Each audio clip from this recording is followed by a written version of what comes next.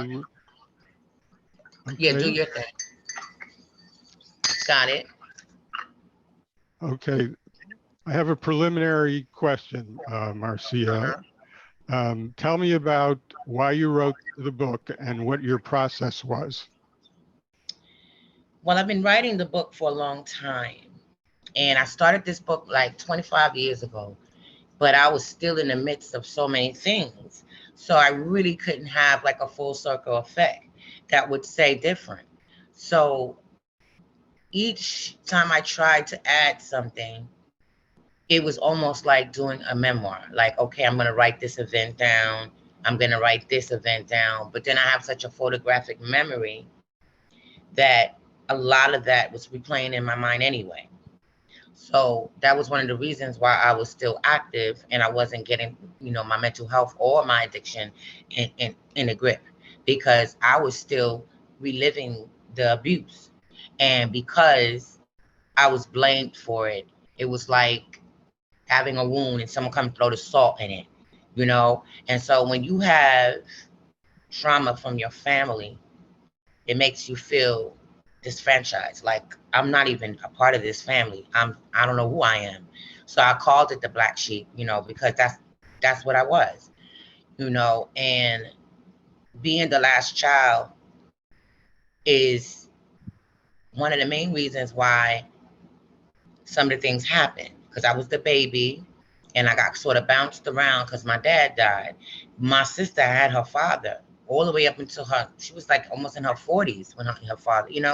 So she had the full effect of that. I didn't. And then because of that, I decided that I'm going to keep writing no matter what. And one day I'll be able to finish this book if God will pull me through, because I was a mess. I was cutting up writing a lot of this stuff, and God was meeting me right there. So that was the catechist of it all, really. That He would meet me in the darnest places, you know. And some people today would be like, "Oh, God is not." Yes, He is. Yes, He is, and I'm a living, walking proof of that. So I consider myself a walking, talking miracle, and so I needed to put that on file so that at least someone would know, more than just me. Other people could feel a sense of welcome and say, "Oh, I'm not alone." That's beautifully said, Marcia. So tell me about misdiagnosis. How'd you come up with the title? Well, as I said, I was misdiagnosed as a child. I didn't develop mental health issues until after that. Because initially I was a bright and morning star. I was an actress, I was a dancer, I was a creator, I was artistic, I could sing, I can dance, I was beautiful, inside and out. And that was one of the reasons why I was such a target, you know? And so writing the book and choosing that name, because I grew up in the system. So now I was misdiagnosed. So, I was literally walking, talking, watch your, I'm misdiagnosed. I'm not diagnosed because it was real. I was misdiagnosed. And I put the miss in there because I grew up into this woman who had been cattled, it was like I was cattled, stamped, and pressed through life, and it was so many of us, and I wanted to stand out to say no more. At least now I understand what was going on in my life all this time. Okay, so repeat the title and then tell me how people can get it. Well, there's a link, and you go to Amazon. It is misdiagnosed. So when it's like a little crossword kind of thing, which is my theme here. I think I have another something working on it similar, but the miss, and then the D comes across the I, and there's an exclamation mark there, because it was like, what? No, they didn't. You know what I'm saying? When I finally, like, the light bulb really came on, because it was dim for a while. It was like flickering. You know how your light bulb, is flickering? I was flickering for so long because I had such this gift, and I knew I had a gift, but it was so smothered under all this stuff. So that's what made the explanation. And so the name and the book just fell into place, because I knew now that I wasn't these things. I wasn't these jackets. I didn't need to carry them anymore. I can shed them and stand free and be who I am and actually speak and have a voice. Okay, so since you already mentioned it, are you still passionate about the arts? I love it. New York, Theater of New York City is down on 10th Street on First Avenue. You can't miss it. It's all white with red stripes going down. And there's this lady, Mary, there. I'm dying to get back to something about Mary. Oh my gosh, she was just something else. And they did this, this was way back where, about 2015. I want to say 2015. And that's when I embarked and I went in and I was doing classes like every Saturday with Mary. And we would just do script play, and some people would get up and do a monologue. Is that what they call it when they do? And they cry and everything, and they draw you in. You like, oh my God, you know. And so I wanted to do it. I wanted to do it. That was my next thing that I was trying to work on. But then my daughter, you know, she didn't want. She wanted all the attention. Whatever time I had, it was supposed to go to her. You know, even though she and I was like oil and water so often, but I did wind up going because, you know, my babies are there, you know, and she needed me, so I didn't go back. And then everything started to change for me, and I started going to school, so I had to leave it, but I'm still there for it. Yeah, so like I said, for me, creative expression is an important part of recovery. So is that something you hope to continue with in the future? Yes, yes, I want to do commercials, anything. I even have the resident for central casting, but I never filled it all the way out, and I never went all the way through because life was happening in this area. So I had to like put it on the waiting list. It's still on my list. So yes, this year is the answer. Okay, this is a very serious question. I wonder how common it is for a woman to be sexually abused as a child and become dependent on sex for emotional release as an adult. Well, believe it or not, it's common for Mhm. boys and girls, and it's even worse when it's incest, which can be generational, like in my case. But it's very common. And back in the 60s, the 50s, the 70s, you know, no, that didn't happen. You know what I'm saying? You're not gonna put that on my family name. You know, it was all kinds of, you know, uh lying or what. It was a lot of denial, and it was a lot of straight out abuse. Okay, I don't care what you want to call it. That was negligence and abuse. And then when it's generational, there is a spirit along with it. You understand? Where it's almost blinding. Yeah. So for me, it was family first. That's what kind of estranged me. And then it was everywhere I went. It didn't matter. It was other children, adults. It did not matter. It was like a sex fest in the 70s. Everywhere I went. It could be anywhere. Other children's homes. It was serious. And then of course, you saw what happened in the book. You know, as years went on, it sort of seemed like he groomed me. I loved my brother. He was my father figure. And when I was a baby, a lot of the stuff that was going on, you know, I was a baby, so I thought that was fine. I'm a baby. I don't know that I'm being sexually abused, and that he knows it, you know. And then he baited and waited until he had his shot, which didn't land the way he thought it was going to land, because I had already learned how to fight men off from being in an institution. And everywhere else I was, you know, so I was quite feisty, to say the least. But it damaged me. It damaged me. And Very, it does happen frequently, more so even now. very, very traumatic. Um, have you participated in any support groups for people who have reacted that way to sexual abuse and domestic violence? Fortunately, if you ever see CUCS, they have a training. If you ever do that training, you'll see me in there, and you'll see I've been with them for the last almost 4 years. And this was the only year I didn't do much with them yet, but it's okay because other people have to get their experience, and I understand that. But say the question. I want to make sure I hit it, Keely. Any support groups that you Yes, participated yes, in about sexual yes, abuse and domestic violence? yes. And it actually happened when I was in jail. Every time I went to jail, if you notice in the book, there was a lot of good things that came from jail for me, because that was where, God could get me still, and then have people minister to me. You understand? And so the first class I had in that area was in Albion Correctional Facility, and Kairos came through. Oh God, Kairos came through, and it was a weekend thing. And so we didn't get to stay in the church, but we were in the church all day, and then we would have our own escort to go back, because after a certain time there's no movement. So we would go and come at night, and we did a lot of things that were for women who had been through what I'm telling you. And I'm telling you, it was like 20 of us, and all of us had the same issue. If not, I'm telling you, rape, incest, I'm talking about real bad. Okay. So we did a lot of that. And it was one thing, they used rice paper. Rice paper disintegrates in water. And we, at the end, that's what we did with everything. We put everything on this rice paper. We wrote it.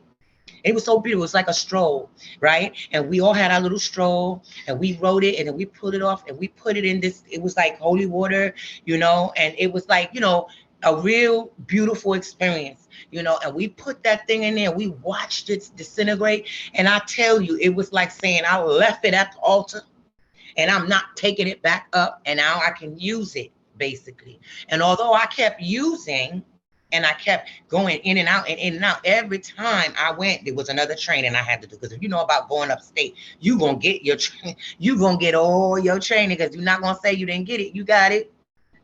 You got it. And I went through many different settings. So in each setting, even in shop and Willard, they had the same thing.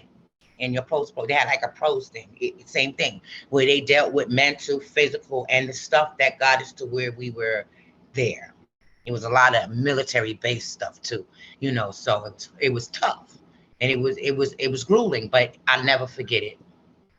So that's how I got most of the help in that area, to say today that I understand the mechanisms of it better, you know? Okay. And so what would you say is the mechanism? Is it something that goes on in your head or your heart or your body? It's a whole mind, spirit, soul type thing. It's like an awakening where you start to really see, okay, I'm really doing this because I got this root here that every time I chop it off at the base or at the top, it grows back. So if you know anything about roots and houses, you can have this old ugly tree in front of your house that keep leaning, giving you all these tickets, and you keep chopping it down, but it keeps growing back because you had to call the people in now. These are the people that came into my life. They figured out this root was way from the front of the house to the back of the house. And every time I was doing the surface stuff, I was doing surface. I was doing surface. I wasn't digging up nothing. But when I started to dig this thing up, that's when the miracles and all the different things started to happen in my life. And no, I'm not perfect, and life is not perfect, but I'm living my best life now. So that goes back into the walk and talk and miracle thing, which is soul, body, mind, and body. And for me, it's very spiritual. I'm not really a religious person because religious is about man, but spiritually, that's where I learned that I can do this. The foreword to your book by Lady Shelley Harper was a hymn of praise to your fortitude and faith. You also quote some powerful Bible verses on the back cover. I would like to learn more about how your faith contributes to your recovery. Well, the first lady and her husband, Darnell Harper, which is where I go to church now, New Covenant Temple, they met me way back. It's in the story, when my sister used to drag me to church. Like I would get sober, a little something, something, and she would bring me to church, Soul Saving Station. And they were not, they were just strong in the church at the time, and he had such an anointing on him. He often would get up that day. For some reason, when I would come, dragged up in there, a little Twinkie, you know, can't even sit still. I still can't sit still, but I was worse then. He would always somehow get up and give a word, and they would bring me up, and he would pray over me. She would pray. I remember she was pregnant. She was big pregnant too, and she would come, and they would come over me, the baby, everything, and I would always remember that. And so this time around, when I got out of jail this last time, because I was sober when I went into Rikers Island this time, wide eyes open, I just couldn't believe it. But in 2015, my sister was like, "You remember that guy that used to be at Soul Saving and he would always pray for you with his wife?" And I was like, "Yeah." She said he got a church. I've been there ever since. I was there yesterday. Okay, my sister came out so happy. But my point is this: you have pillars in the church. You got the women. Let me tell you, there's something about the women in the church too. You got them powerful men, but you got the women in the church who will pray over you, who will keep you in prayer even when you don't even know it, and then they will full circle you right back to that person. Because every time I turned around, there was somebody speaking into my life, guiding me back to God and guiding me in a way where it was healthy. It was healthy. And that made me feel like, you know what? Hmm, I know he got a purpose for me. He didn't bring me this far if he didn't. So yeah, church and spirituality and the people, my first lady and my pastor and the other members of my church, we may have our ups and downs because nowhere is perfect, but that's my family. And even when my family is not family, I have family. And even when they don't leave, I have God. And now, I, I'm never alone. I go through things. I'm not gonna say that I don't, but I'm never alone, and I know that. So that keeps me strong. As I've said before, I know a lot of people at Community Access. Yes, It's a great organization. yes. I'd like to know which of their programs helped you and how. Well, I'm gonna have to let you know. I was the spokesperson for Community Access. I know Steve Cole personally. I got pictures with him. I have been to the UN to represent peers all over the world. Okay. I have been in all their photo shoots and their different their last one of their last galas. I was the person on the screen. And the year before I sat there for the first time, I was invited. Eva on Second Street between what's that? It's in Lower East Side. I think that's C and D, I think. Wait, A, B, C. I can't get it, but it's between B and C or something like that. It's called Eva. Hmm. And my first life coach, her name was Charmaine Dennis. And then we had Diggany. I mean, Diggany been in my life through it all. So and I was in the Murray Ickowitz right next door to them after I came back out of jail and got out of the shelter. So they've been with me through it all. I'm talking about even to this day. And I had like 5 different life coaches because they couldn't get rid of me. So they have been everything. I mean, talk about a program. When I say a program, and then came MHA because they put up with me too. I'm a little special. I do have issues. I ain't gonna say I'm working on a lot of issues still, but vibrant emotional health, they have been good to me too. So it was like a handoff because I was with Community Access and Linda Karloff, she was like, "Girl, this is for you." So I was like, "What is it, Linda?" She said, "Yes, you're going to do this course. It's with Howard and Hart. We're merging with them." And I did it. And it was another lady, I forgot her name, but she was also still working. She was wonderful. It was just a wonderful team. I was the apple bringer of the class. Okay, I brought the apple every day. I had a award. I never missed one day. I passed all my tests. I was ready, and then I went to internship with MHA at their pros program. So it was like I was still working with Linda because she was my life coach, and they didn't leave me until just I think last year. Like I'm not like in the programs. I'm still there, but not there, right?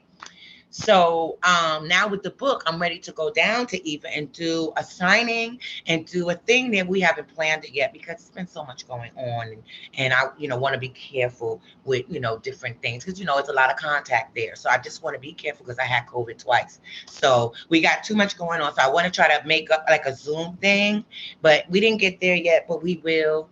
And so I have a wonderful mental health team. Mhm. Matter of fact, I got champions. Okay. Are you familiar with the Justice Peer Initiative? Yeah, well, I do Uh, work with CUC. I don't know if I can say that, but I've worked with CUCS, and they're with the prison. They do a lot of work about what people need coming out of jail, and what the experience of what people did and had in jail, and did they get what they needed in jail. And a lot of stories are different. Mine is different, of course. As you know, jail for me was arrest. Not just an arrest, but arrest, meaning I needed to lay down because it was points where I was just dropping because I wouldn't go to sleep. I would run hard. So yes, I am fully acquainted with them. I even worked with the what would they call that? The where the kids used to come up to the jail. It was the act team. It was an act team. I was a part of that. And we used to scare them kids. We used to scare them kids, boy. We used to get them kids some, yes, because they come up there acting all bad. By the time they leave, they snots and boogers. Yes, we got to those kids. And I thought that was a blessing too, because I saw myself in a lot of these kids. And, I understood, but I still got them, I'm into tough love. I'm not really a fluffy kind of person all the time. I can't be. So I know you enjoy working at NYC Well, but would you consider becoming a justice peer and You said, yeah, what? becoming a justice peer, being trained by So them to go into the jail. jails and prisons and things Let me like tell you that? something. Let me tell you something. That's on my list. You know why? Because that's where I got you. People used to come in there. I'm telling you, there was this lady. Her name is Miss Brown. She used to come in there, boy, and slay us all out. She used to slay us out in the spirit. You hear me? I'm talking about for real, okay? And that's where God would say, I'm gonna get you. You ain't getting away from me. I got something for you. As soon as I got a couple of days rest and it was time to go to some services, believe me, I got services that you wouldn't even believe. It's in the book. I had she's a captain now. She told me if I didn't study, she was gonna give me a green sheet. Okay, and I was going to lock if I didn't get this GED. Okay, I was getting this GED coming off a crack that year, and you see, so you get. I would love to go into the system. Hmm. That was where I got my help. So I want to go and help someone else. That would be great, actually. So how would you say working for NYC Well is part of your recovery? It is because what happens on the lines as a peer, a lot of times we have to do this clinical, we have to be clinical, and we didn't really start off as clinical as we are now, as far as I'm concerned. But it's okay because you're learning. Clinical is good because if I ever want to be like a therapist or something, because I have a goal, I want to do generational stuff. I want to focus on generational stuff as a therapist. I don't know how to do it yet, but I'll get there. But um NYC Well has helped me in the area where there's days when I'm feeling down myself, and then I'll get a call, right? And then I have to then speak into this person, right? They don't want the clinical. They want me to tell my story. They be straight up. Tell me what you went through, right? So I got to do a synopsis of things, and sometimes I'm good at that. Bubble bow, right? And I give it to them, and the next thing I know, this person is telling me. I had a caller tell me she been to 7 different therapists and she didn't get nothing like she got on this call. Did you know how that thing sent me somewhere? I was ready to go to therapy school. Look, I'm going right now. I'm going on.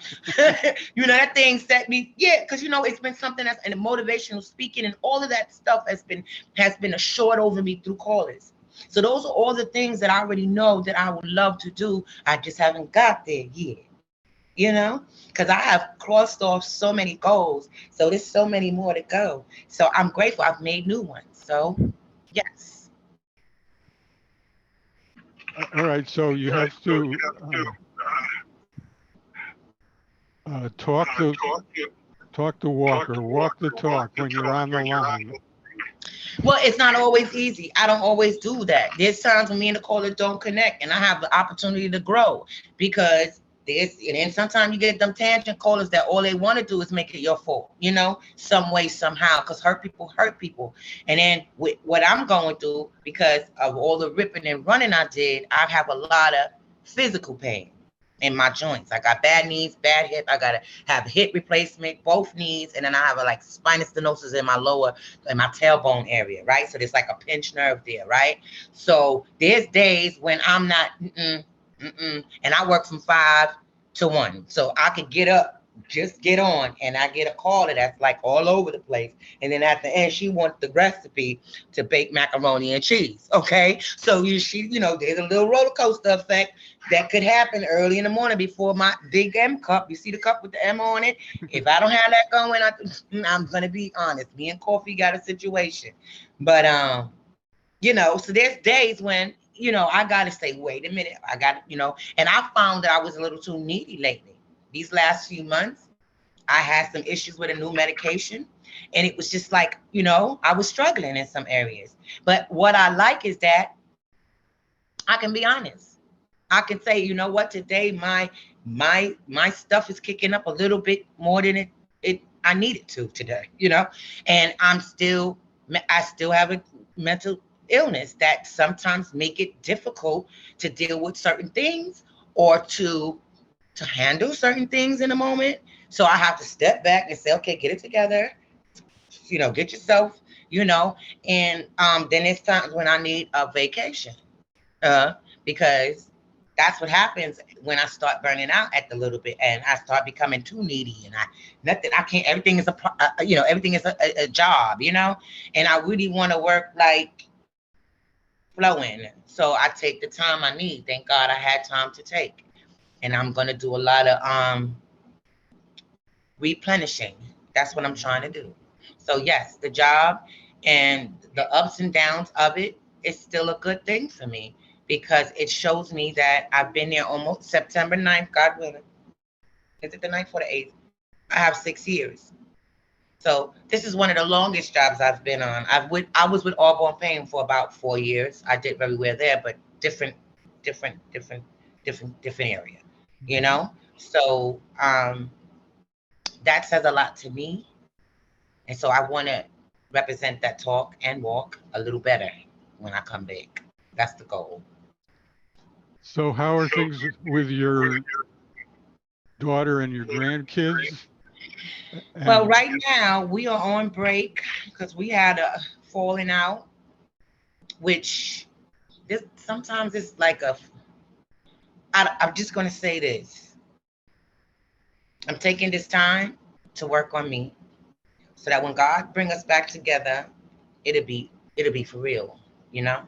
And that's what I'm believing. I'm believing that when the time is right, we will resume and it will be not in my see, I keep getting lean not to your own understanding, right? I keep getting that.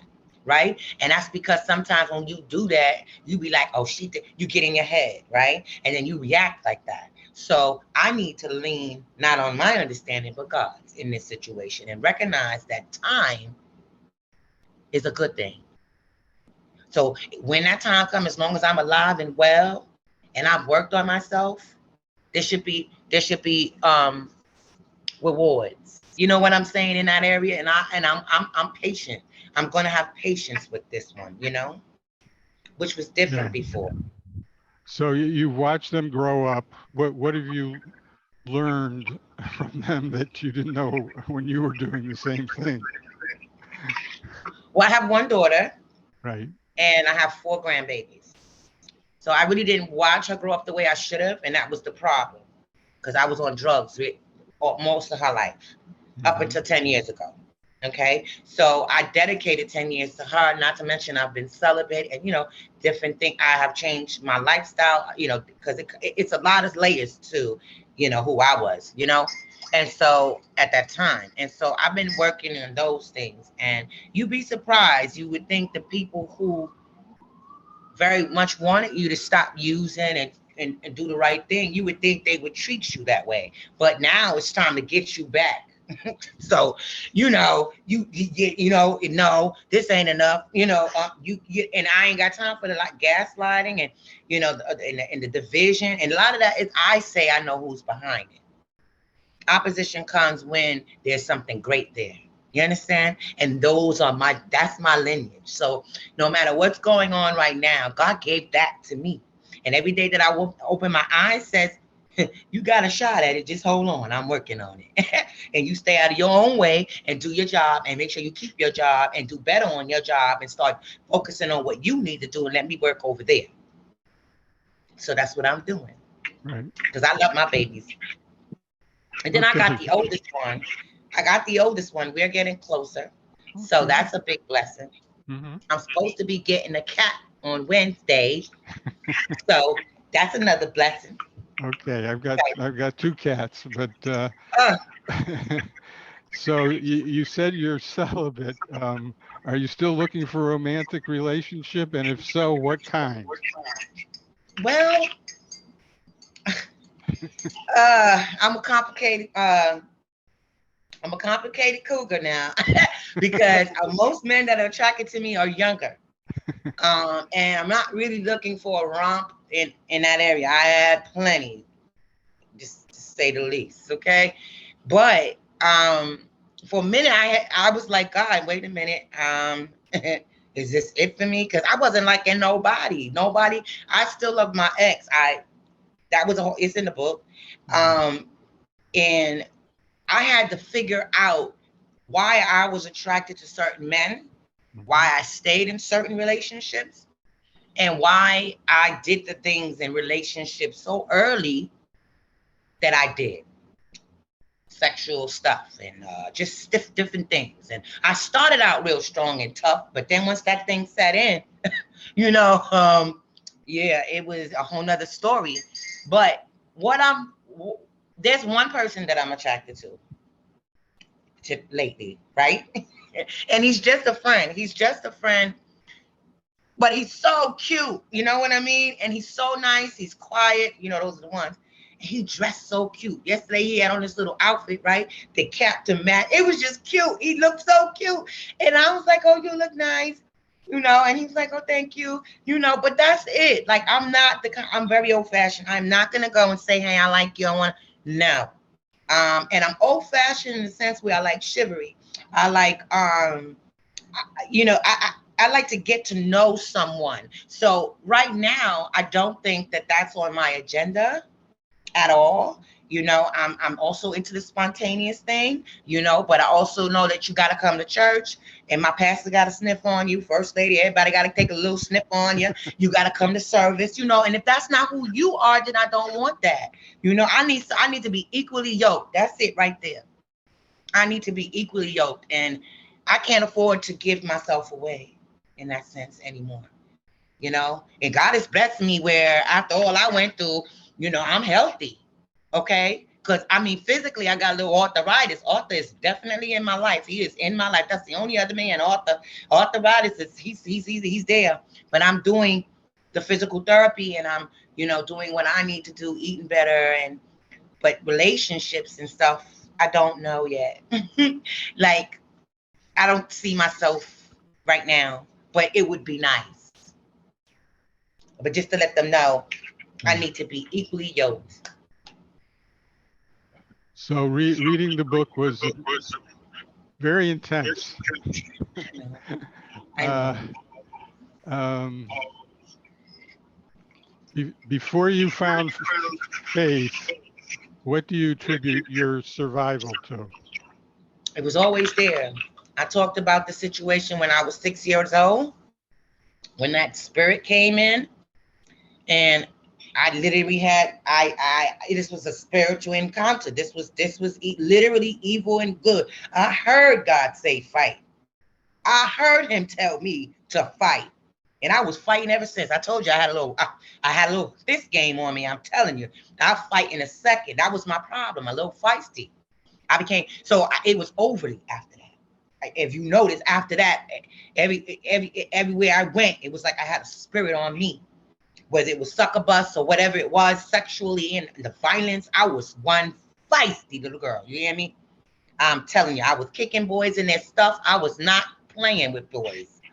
I would beat a boy up. Yeah. I was very, very, very, very violent. And that was one of the reasons why I couldn't be in school. And I had to stay at 6 South, Mount Sinai. They knew me well, you know.